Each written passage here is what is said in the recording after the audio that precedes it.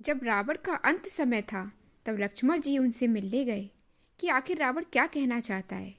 और लक्ष्मण जी को यहाँ भेजने वाले प्रभु श्री राम ही थे। राम जी ने कहा, हे अनुज, तुम जाओ और रावण क्या कहना चाहता है वह सुनो, क्योंकि रावण प्रकांड पंडित ही नहीं, भगवान शिव का परम भक्त है। वह 10 सर वाला एक शक्तिशाली मानव ही नहीं, वेदों का ज्ञाता है। उसने तीनों लोक जीते हैं, आखिर उसका ज्ञान जानने लायक है। तब लक्ष्मण जी गए और रावण ने कहा कि लक्ष्मण, मेरी 2 गलती थी। पहली कि मैंने अपना भेद अपने भाई को दिया, कभी अपना भेद किसी को भी ना दो। और दूसरी गलती जो मैंने आरंभ में ही कर दी थी कि कभी किसी को स्वयं से कम नहीं समझना चाहिए। हम हमेशा यही गलती करते हैं कि हमेशा सामने वाले को अपने से कमज़ोर समझ लेते हैं। जब रावण ने तपस्या की और भगवान ब्रह्मा को प्रसन्न किया तो भगवान ब्रह्मा से उसने वरदान में यही मांगा कि ना मेरा वध देवता कर सके, न दानव, न यक्ष, न किन्नर।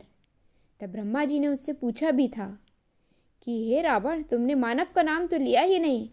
तब रावण ने कहा कि तुच्छ मानव मेरा क्या बिगाड़ सकता है। और यही कारण था कि आज मैं यहाँ पर पड़ा हुआ हूँ। रावण के इसी वरदान के कारण ही प्रभु राम ने मानव के रूप में जन्म तो लिया, लेकिन वनवास मिल गया। और उस वनवास में उन्होंने यही सिद्ध किया कि एक तुच्छ मानव होने के बावजूद भी उन्होंने रावण का वध किया। राम जी ने तुच्छ मानव के रूप में एक सन्यासी का रूप लिया।